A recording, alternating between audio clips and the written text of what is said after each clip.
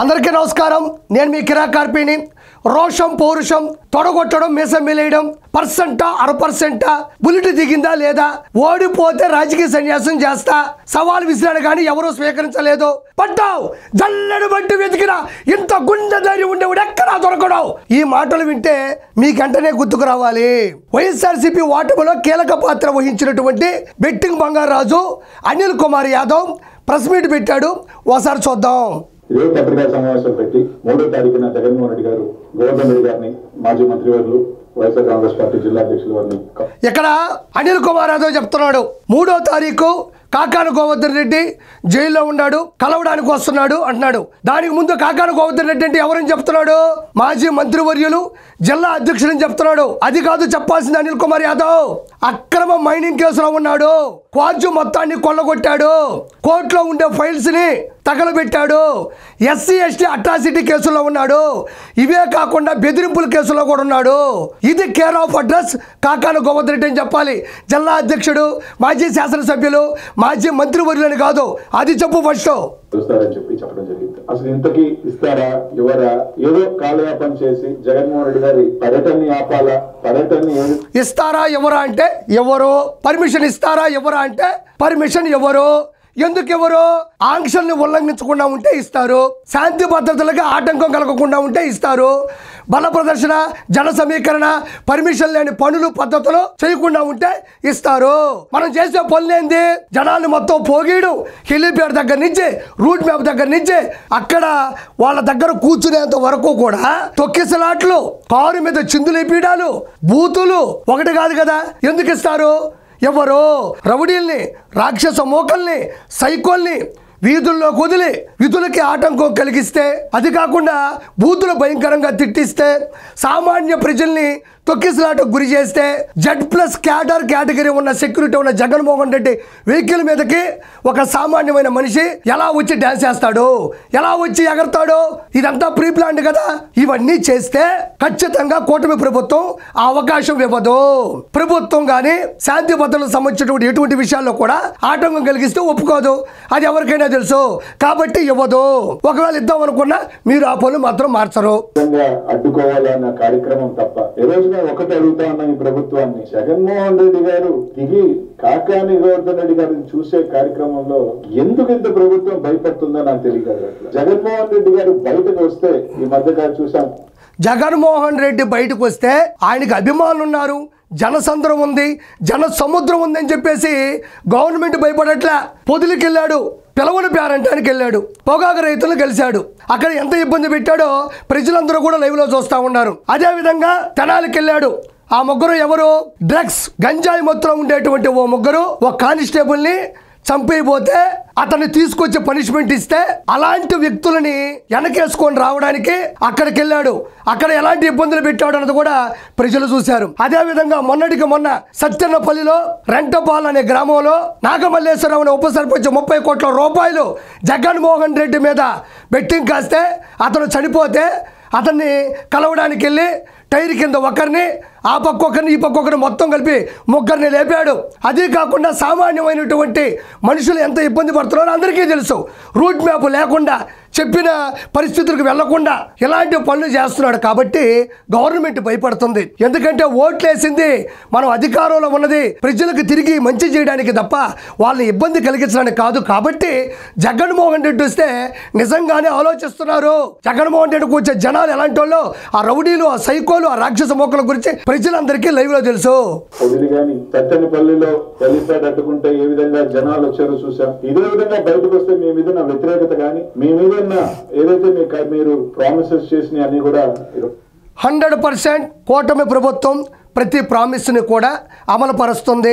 1వ తారీఖు టెన్షన్గా పింఛన్లు ఇస్తున్నారు. 203 అన్నా క్యాంటీన్లు ఓపెన్ చేశారు. కేంద్రం నుంచి నిధుల్ని మంజూరు చేసుకుంటున్నారు. మెగా డిఎస్సి నోటిఫికేషన్ జారీ చేశారు. తల్లికి వందనం అమలైంది. రానున్న రోజుల్లో అన్నదాత సుఖీభవ, దానితో పాటు ఫ్రీగా బస్సు కూడా ఇవ్వబోతున్నారు. ప్రతి ఒక్క ప్రామిస్ కూడా అలవర్చబోతున్నారు. ప్రత్యేకమైన అమెరికా జరగబోతుంది. ఆ విషయంలో ప్రజల నుంచి ఎటువంటి లోటుపాట్లు లేవు. గవర్నమెంట్ అద్భుతంగా పనిచేస్తుంది. ఆ విషయంలో ప్రజలు ప్రజలు హర్షిస్తున్నారు. నువ్వేదో కూర్చొని మాట్లాడబాక.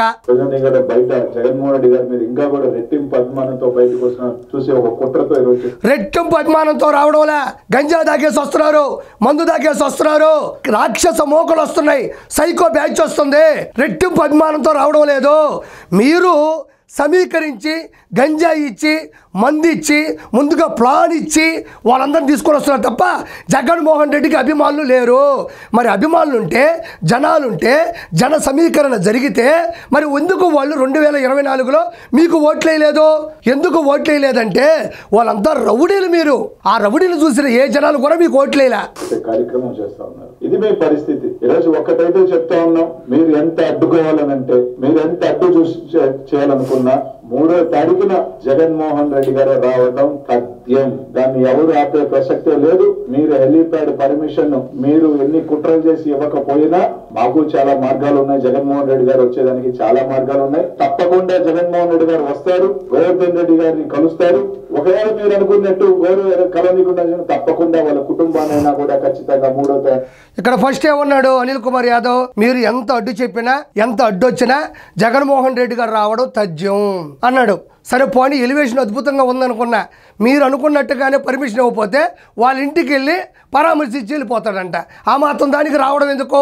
100% పర్మిషన్ మీకు రాదు. ఎందుకు రాదు అనేది ఇంతకుముందు ఉదాహరణ చెప్పిన. ఇవన్నీ కాదు అనిల్ కుమార్ యాదవ్. ఫస్ట్ మనకి హెలిప్యాడ్ పర్మిషన్ ఉందా, రూట్ మ్యాప్ ఉందా, ఎక్కడ దిగాలి, ఎక్కడ ఏడవాలి, ఇవన్నీ ఉన్నాయో లేదో పక్కన పెట్టు. అసలు అన్నకి బాడీ కావాలి.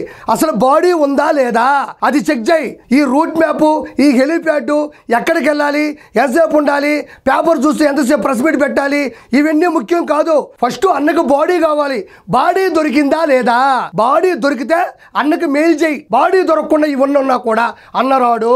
ప్రత్యేకమైన మార్గాలు ఉన్నాయన్నావు. ఉన్నాయి మీకు మార్గాలు.